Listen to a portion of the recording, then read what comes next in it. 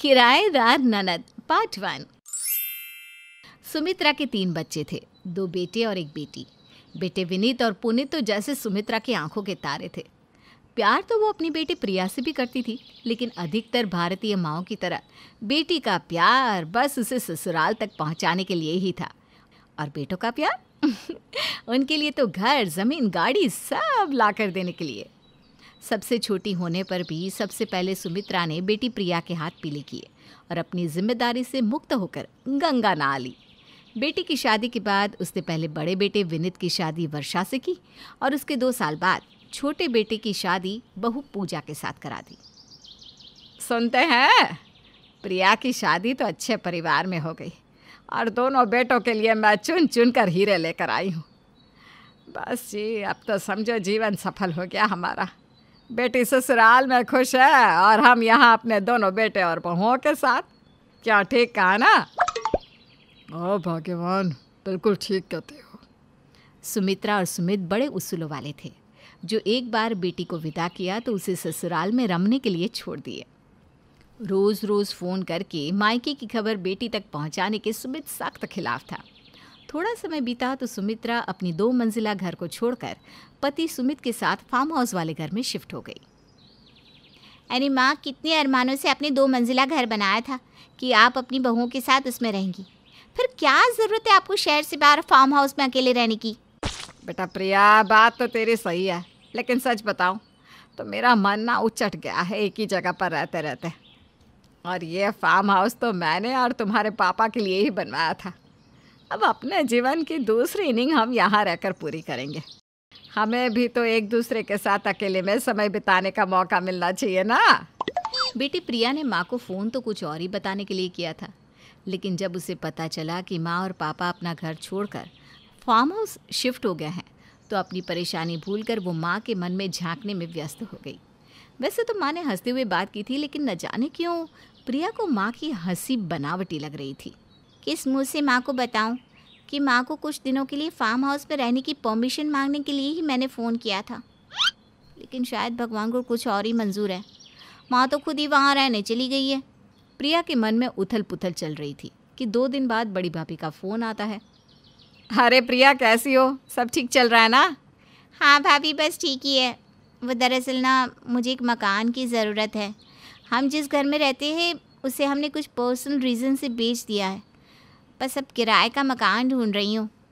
अरे तूने तो मेरे मुंह की बात छीन ली। माँ बाबूजी तो अब अपने फार्म हाउस में शिफ्ट हो गए हैं, इसलिए ऊपर की मंजिल बिल्कुल खाली पड़ी हुई है। तेरी छोटी भाभी तो कब से पीछे पड़ी हुई है कि माँ बाबूजी के बिना खाली घर काटने को आता है, इसलिए हम उसे किराए पर चढ़ा दें। सच में छोटी भाभी बहुत प्यार करती है माँ बाबूजी से। अच्छा, ऐसे कैसे मम्मी पापा घर छोड़कर चली गए? आप दोनों ने रोका नहीं उन्हें? अब क्या बताऊँ प्रिया, छोटी ने तो माँ बाबूजी के जाने के बाद कई दिनों तक खाना भी नहीं खाया। हमने तो उन्हें रोकने के लिए खूब मनाया, लेकिन उन दोनों ने तो एक बार कसम खा ली तो खा ली, फिर तो वो घर छोड़कर ही माने। क्या कह सकते हैं, माँ बाबूजी को थोड़ी प्राइवेसी चाहिए थी। अच्छा, वैसे बात तो छोटी भाभी ठीक ही कह रही है। माँ पापा नहीं है तो एक फ्लोर खाली ही होगा। आप लोग देखो कोई अच्छा किराएदार मिल जाए तो। मैं भी देख रही हूँ 20,000 तक कोई मकान मिल जाए तो जल्दी से शिफ्ट हो जाऊँ। ननद की बात सुनकर बड़ी भाभी बातों को गोल मोल घुमाकर फ़ोन रख देती है। बड़ी चालू है ये प्रिया। जैसे ही इसे पता चला कि मैं किराएदार ढूंढ रही हूँ, तुरंत अपने लिए मकान ढूंढने का रोना रोने लग गई। मैं क्या बेवकूफ़ हूँ जो अपनी ननद को घर किराए पर दूंगी? बाबा, रिश्तेदारी से तो दूर ही भले। बड़ी भाभी को जल्द ही एक किराएदार मिल जाता है, जो पूरे 18,000 में ऊपर का फ्लोर किराए पर लेने को राज़ी हो जाता है। भाभी, आजकल सीधे होने का ना कोई फ़ायदा नहीं है। मैं तो कहती हूँ पहले ही दिन रेंट एग्रीमेंट करके कागज़ इस किराएदार के मुंह पर मार दो। इससे हमारी भी पूरी सेफ्टी रहेगी और एडवांस भी किराया भी मिलेगा हमें। सही बोल रही हो छोटी। ऐसा करते हैं, 3 महीने का एग्रीमेंट कर लेते हैं, बाद में आगे बढ़ा लेंगे। किराएदार के साथ 3 महीने का एग्रीमेंट करके वर्षा और पूजा बहुत खुश थी। अब तो घर बैठे 18,000 उनकी जेब में आने वाले थे। दोनों के पेट में तितलियां नाच रही थी, क्योंकि दोनों को 9,000 जो मिलने वाले थे। धीरे धीरे समय बीतने लगता है। 1 सप्ताह के बाद किराएदार मनोज अपने साथ 2-3 लड़कों को लेकर घर आता है। देर रात तक तेज आवाज में गाने बजाकर वे तीनों पार्टी करते और सुबह 4 बजे नशे में धूत होकर मनोज के दोस्त वहां से चले जाते हैं।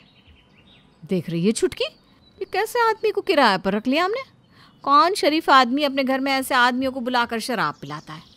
अगर इसे ज़्यादा दिन तक रखा ना तो मोहल्ले में हमारा उठना बैठना मुश्किल हो जाएगा। अरे माना कि हमारे बच्चे अभी छोटे हैं, लेकिन और भी तो लोग हैं जिनके घर पर बहन बेटियां हैं। अगर इसे छूट दी तो ये कॉलोनी का माहौल बिगाड़ देगा। अब क्या करे भाभी, अगर 3 महीने से पहले उसे निकाला तो एग्रीमेंट के अनुसार उसे उसका पूरा डिपॉजिट वापस करना होगा। अरे आग लगी इस नास बेटे के डिपॉजिट में। 1-2 दिन में इसका पैसा उसके मुंह पर मार कर चलता करूंगी इसे। 3 महीने का किराया देकर हमें खरीद थोड़ी न लिया इस निकम्मे ने। 2-4 दिन बीते तो किराएदार मनोज फिर से शराब के नशे में धुत होकर घर पहुंच गया। अब तो पानी सर से ऊपर हो गया था। किसी तरह उसका डिपॉजिट का पैसा उसे देकर दोनों ने किराएदार को चलता कर दिया। दोनों देवरानी जेठानी एक बार फिर किराएदार ढूंढ रही थी, लेकिन अब उनकी हालत दूध से जले बिल्ली की तरह हो गई थी, जो छाछ भी फूंक फूंक कर पीती है। इसीलिए बहुत ढूंढने के बाद भी उन्हें अपनी पसंद का कोई किराएदार मिल ही नहीं रहा था। भाभी, किसी अजनबी को मकान किराए पर देने में हमेशा रिस्क ही रहेगा। पता नहीं कैसा आदमी रहने आ जाए। इससे तो अच्छा है कि हम प्रिया को ही अपना फ्लोर किराए पर दे दें, और वो तो 20,000 देने को तैयार थी। हमारा तो फ़ायदा ही है, क्या कहती हो? हाँ, बात तो तेरी सही है। प्रिया को किराए पर रखने में एग्रीमेंट और कागज़ बनाने के झमेले में भी नहीं फंसना पड़ेगा, और अगर नहीं जमा तो सीधा सीधा बोल देंगे कि हमारा फ्लोर खाली कर दो। दोनों देवरानी जेठानी आपस में अच्छी से सलाह मशवरा करने के बाद प्रिया को फ़ोन करती है। प्रिया, बड़ी भाभी बता रही थी कि तुम किराए पर रहने के लिए कोई मकान तलाश कर रही हो। तुम्हें मकान मिल गया क्या? नहीं भाभी, अभी तो नहीं मिला। आप तो जानती हो कि आजकल अच्छा पारिवारिक माहौल वाला मकान मिलना आसान थोड़ी ना है। कहीं मकान पसंद नहीं आता तो कहीं रहने वाले लोग। मैं तो ढूंढ ढूंढ कर थक गई हूँ। तुम्हारी परेशानी हम समझते हैं प्रिया। एक काम करो, तुम्हें मकान की ज़रूरत है और हमें किराएदार की, तो क्यों ना तुम हमारे ही ऊपर वाले फ्लोर पर आकर रहना शुरू कर दो। लेकिन भाभी, अपने मायके में आकर रहना मुझे कुछ ठीक नहीं लग रहा। अरे नहीं नहीं नहीं नहीं, तुम ऐसे क्यों सोचती हो कि तुम मायके में आकर रह रही हो। हम तुम पर कोई एहसान थोड़ी ना कर रहे हैं। तुम तो बस एक किराएदार की तरह आकर यहाँ रहो।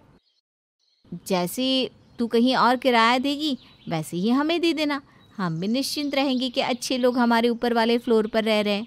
वो क्या है ना, जैसे अच्छा मकान मिलना मुश्किल है, वैसे ही अच्छा किराएदार ढूंढना भी बड़ा मुश्किल काम है।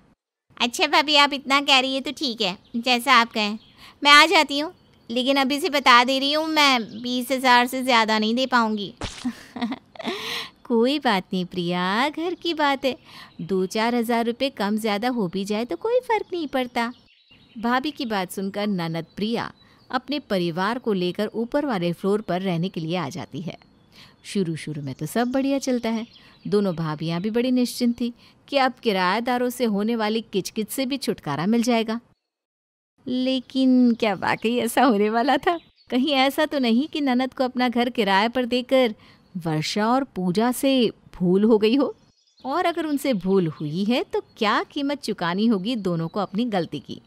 सारे सवालों के जवाब जानने के लिए देखना ना भूले किराएदार ननद पार्ट 2।